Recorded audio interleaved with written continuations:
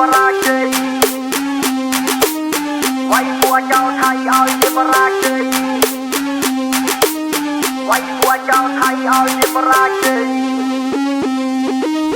បទនេះខ្ញុំជូនពួកអាចៅសៀមអាចៅឈ្លានពានអាចៅចង្រៃពួកឯងទំនេរខ្លាំងណាស់រាល់ថ្ងៃចូលមកឈ្លានពានទឹកដីខ្មែរអាណិតក្មេងៗរត់ចេញពីសាលាមិនបានរៀនសូត្រព្រោះពួកអាចៅថៃវាចូលមកវាយមកបាញ់ប្រហារហើយជនធាសឹកកំពុងអត់អាហារមិនមែនតិចទេរាប់ម៉ឺនគ្រួសារឃើញហើយអាណិតឃើញហើយឈឺផ្សា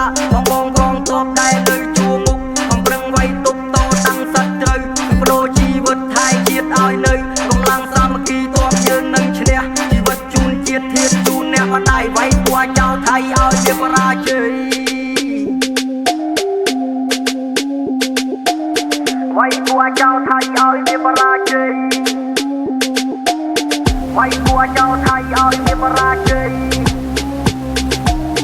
វាយពួកចៅថៃឲ្យវាបរាជ័យ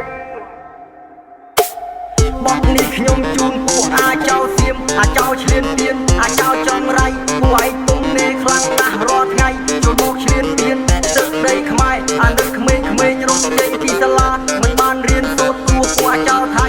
ចូលមកវាយមកបាញ់ប្រហារហើយជនធាសឹកកំពុងអត់អាហារមិនមែនតិចទេរាប់ម៉ឺនគ្រួសារឃើញហើយអាណិតឃើញហើយឈឺផ្សា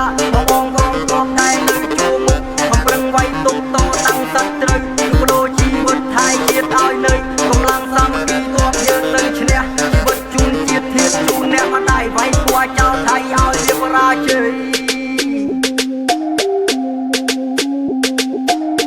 វាយពួកចៅថៃឲ្យវាបរាជ័យវាយពួកចៅថៃឲ្យវាបរាជ័យវាយពួកចៅ